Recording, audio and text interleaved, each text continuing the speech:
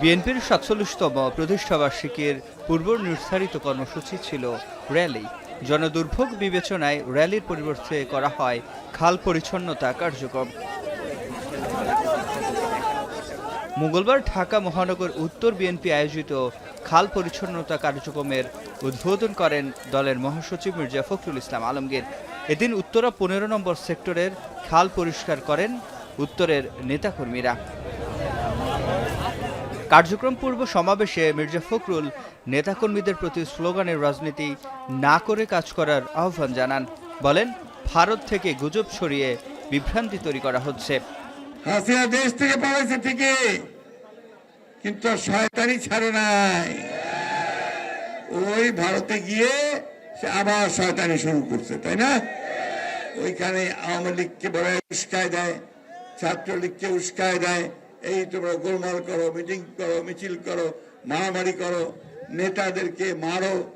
আপনারা সাবধান থাকবেন, যদি আপনাদের কারো উপর কোনো হাত পড়ে ওই আওয়ামী লীগের সেই হাত আপনারা ভেঙে দিবেন। আমাদের মধ্যে কোনো বিভেদ নাই, আমাদের মধ্যে ঐক্য, সে ঐক্য নিয়েই আমরা জয় করব।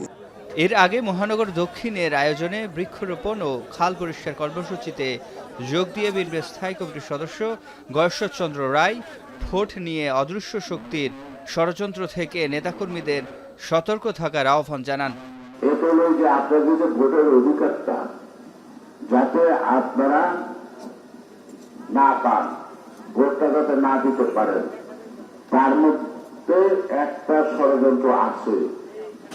কিছু অনুমান করা যায়, কিন্তু চোখে দেখা যায় না, কারণ চিহ্নিত শত্রু মোকাবেলা করা সহজ, যে শত্রুকে দেখা যায় না তাকে মোকাবেলা করা কঠিন।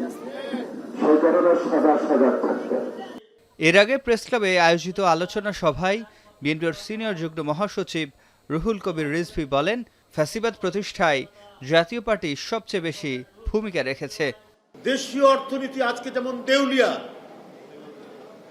লক্ষ কোটি, সেদিন শুনেছি ১৭ লক্ষ কোটি টাকা পাচার হচ্ছে, এখন শুনছি কয়েকদিন আগে পেপারে এসছে ২২ লক্ষ কোটি টাকা পাচার করেছে শেখ হাসিনা। তো বিএনপির ৫ বছরে লক্ষ কোটি টাকা, হাজার কোটি টাকা পাচারের কাহিনী তো আর আওয়ামী লীগ বলতে পারেনি, আওয়ামী লীগ সমর্থিত যে অর্থনীতিবিদরা আছে তারাও বলতে পারেনি।